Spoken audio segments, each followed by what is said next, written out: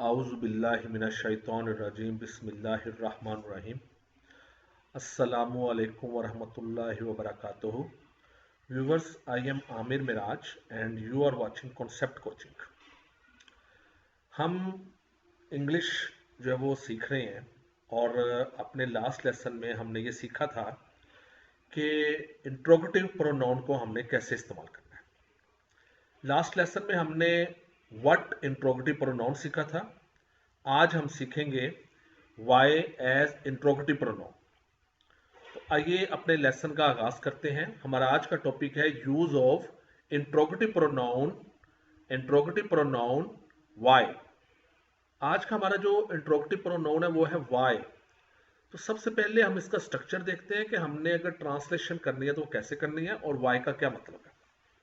Structure ये है कि जब भी आप वाई लगाएंगे सेंटेंस में तो उसके बाद आप हेल्पिंग वर्ब लगाएंगे और हेल्पिंग वर्ब के बाद सब्जेक्ट आएगा, सब्जेक्ट के बाद प्रिंसिपल वर्ब आएगा और प्रिंसिपल वर्ब के बाद जो भी ऑब्जेक्ट होगा या प्रीडिकेट होगा वो हम लगाएंगे और लास्ट पर क्वेश्चन मार्क हम जरूर डालेंगे। वाई का मतलब होता है क्यों।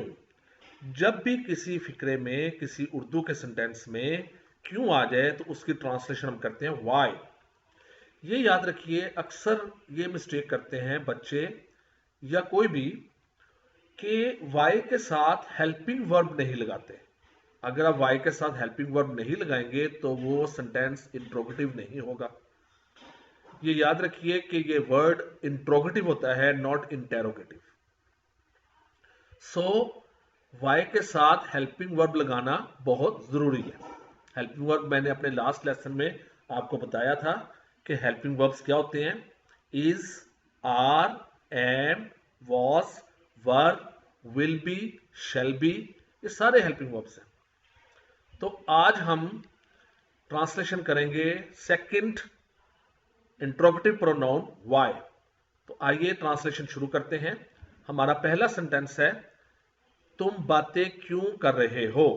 ये प्रेजेंट कॉन्टिन्यूस का है। तो सबसे पहले हम वाई लिखते हैं स्ट्रक्चर के मुताबिक वाई, और ये क्योंकि मैंने क्यों ब्लू में लिखा है तो मैं इसे भी ब्लू में कर देता हूं ताकि ये समझ आ जाए कि ये हमने क्यों की ट्रांसलेशन की है। वाई आगे हम लिखेंगे वाई आर लगाएंगे इसके साथ, वाई आर यू टॉकिंग। तो वाई आर यू टॉकिंग और एंड पर साइन ऑफ इंट्रोगेशन डालेंगे। अब ये देखिए कि इसके साथ यहां पर आर मैंने लगाया है जो कि हेल्पिंग वर्ब है। तो अगर आप ये नहीं लगाएंगे हेल्पिंग वर्ब तो ये सेंटेंस गलत हो जाएगा, साइन ऑफ इंट्रोगेशन एंड पे नहीं आएगा। तो याद रखिए कि इनके साथ हमेशा हेल्पिंग वर्ब आते हैं। वाई आर यू टॉकिंग, तुम बातें क्यों कर रहे हो। अगला सेंटेंस है मैं आए बाएं शाएं क्यों करता हूं। अब आए बाएं शाएं करना ये एक ईडियम है। इसकी ट्रांसलेशन हम करते हैं। इसकी इंग्लिश होती है बीट अबाउट द बुश। तो इसके हम ट्रांसलेशन करते हैं। सबसे पहले वाई लगाएंगे, वाई, और इसको मैं ब्लू कर दूंगा क्योंकि ये हमारा आज का स्ट्रक्चर है। तो हम लिखेंगे वाई और उसके बाद वाई। देखिए मैं आए बाएं क्यों करता हूं, आए बाएं शाएं क्यों करता हूं, ये प्रेजेंट डेफिनेट का है। इसका हेल्पिंग वर्ब होगा do. Why do I beat about the bush. So sign of interrogation. तो बीट अबाउट द बुश का मतलब है आई बाय शाय करना। और यहां पर देखिए मैंने वाई के साथ डू लगा दिया जो कि हेल्पिंग वर्ब है प्रेजेंट इंडेफिनिट टेंस में। तो do is a helping verb. तो ट्रांसलेशन हो जाएगी why do I beat about the bush. मैं आए बाएं शाएं क्यों करता हूं। तो आइए अगले सेंटेंस की तरफ चलते हैं। अगला सेंटेंस है जी उसने तुम्हारा हुक्म क्यों नहीं माना। ये नेगेटिव है और पास्ट का है। पास्ट इंडेफिनिट में इसकी ट्रांसलेशन हम करेंगे। तो सबसे पहले हम वाई लगाएंगे और पास्ट इंडेफिनिट का जो हेल्पिंग वर्ब है वो है डिड। वाई डिड ही, उसकी इंग्लिश होती है ही। तो सबसे पहले हम वाई की ट्रांसलेशन करते हैं, फिर हेल्पिंग वर्ब लगाते हैं। Why did, did is the helping verb, Y did he, subject लगाएंगे ही, और उसके बाद तुम्हारा हुक्म, मानना की इंग्लिश होती है ओबे। वाई डिड ही ओबे, डिड के बाद हमेशा फर्स्ट फॉर्म आती है, तो obey is the first form. Why did he obey your order, तो ये साइन ऑफ इंट्रोगेशन डालेंगे। तो यूं हम सबसे पहले वाई लगाएंगे, वाई, उसके बाद helping verb did, did is the helping verb. तो वाई को चूंकि स्ट्रक्चर के मुताबिक हम ब्लू करते हैं और बोल्ड कर देते हैं, और did is the helping verb, did इसका हेल्पिंग वर्ब है, तो इसको हम रेड के साथ कर देते हैं। दिस शोज के डिड जो है वो हेल्पिंग वर्ब है। Y did he obey your order, तो इस सारे सेंटेंस को हम ग्रीन कर देते हैं। सो ये हमारा इसका Y did he obey your order, तो ये इसकी ट्रांसलेशन होगी। आइए नेक्स्ट सेंटेंस की तरफ चलते हैं। तुम मेरे साथ मोहब्बत क्यों नहीं करते हो। तो सबसे पहले हम जो ट्रांसलेशन करते हैं वो क्यों की करते हैं जी, वाई, तुम मेरे साथ मोहब्बत क्यों नहीं करते हो, वाई, वाई, फॉन्ट साइज छोटा कर लेते हैं,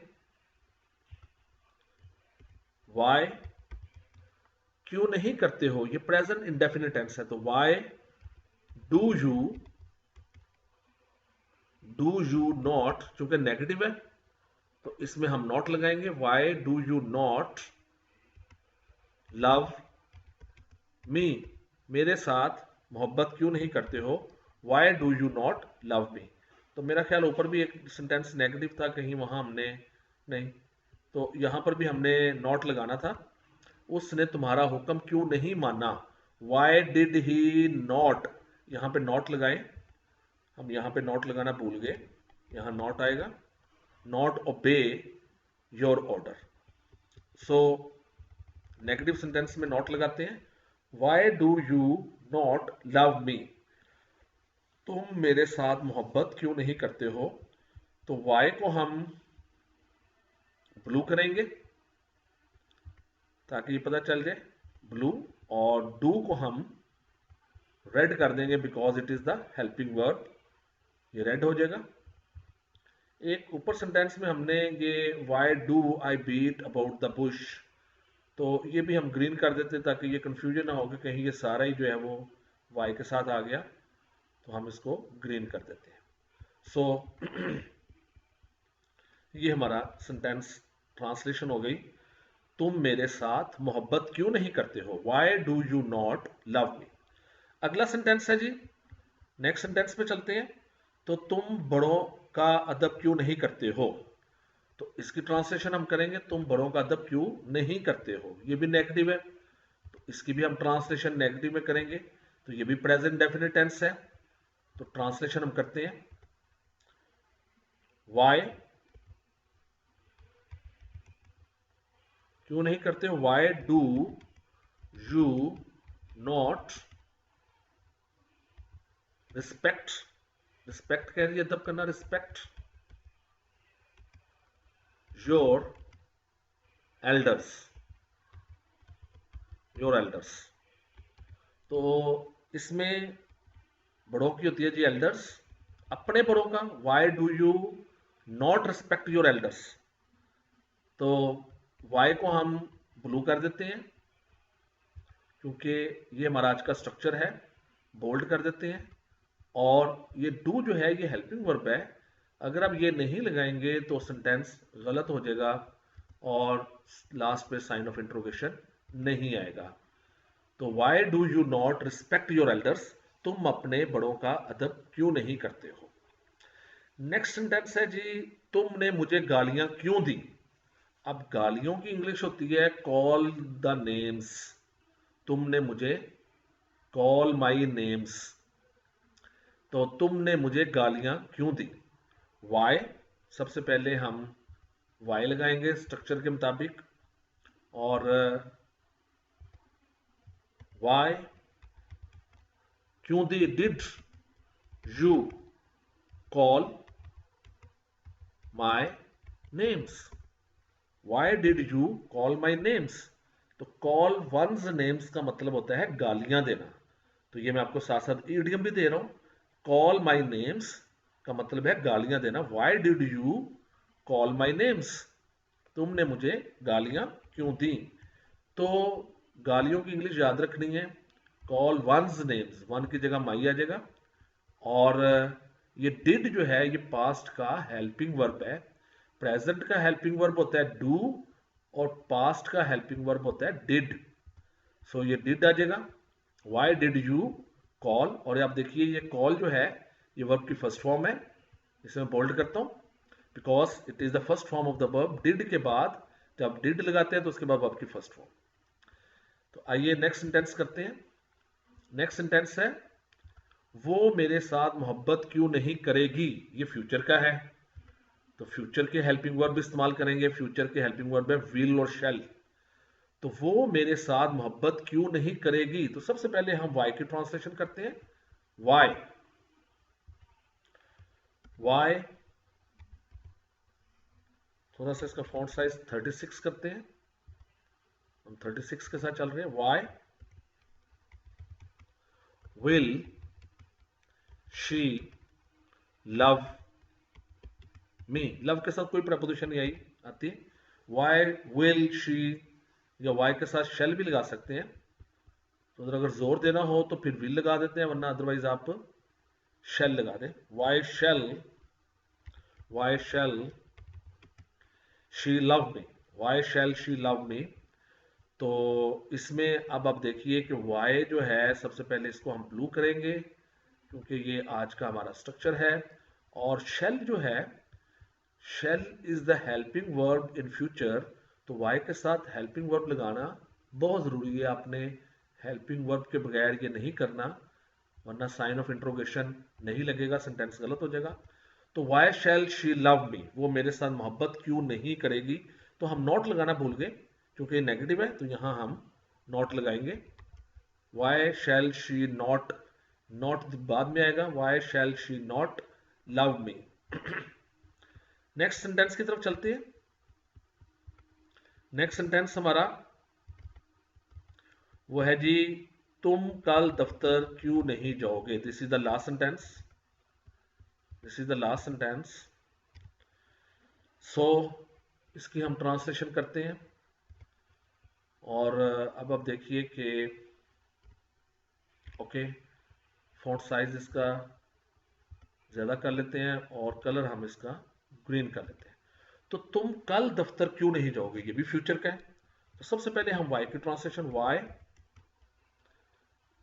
शैल you not go to office tomorrow, TOMORROW, tomorrow, sign of interrogation.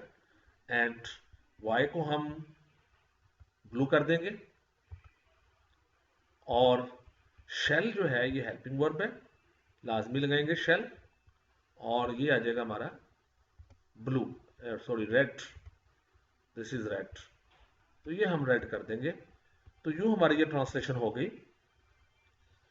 So viewers, हमने आज ये सीखा कि हमने वाई को कैसे यूज करना है एज ए इंट्रोगेटिव प्रोनाउन।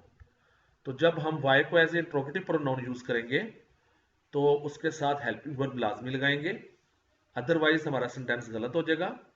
और याद रखिए कि इसमें हमने वाई को जब भी यूज करना है एज ए इंट्रोगेटिव प्रोनाउन तो हम उसके साथ हेल्पिंग वर्ब लाजमी लगाएं। This is very important, helping verb के बगैर ये इंट्रोगेटिव प्रोनाउन के तौर पे इस्तेमाल नहीं होगा। सो हमारा आज का स्ट्रक्चर यहाँ तक ही था। इंशाल्लाह नेक्स्ट हम नए स्ट्रक्चर के साथ मैं आपके साथ आऊँगा, एक नेक्स्ट इंट्रोगेटिव प्रोनाउन सीखेंगे। तो तब तक के लिए इजाज़त दीजिए। अल्लाह हाफिज़, पाकिस्तान जिंदाबाद।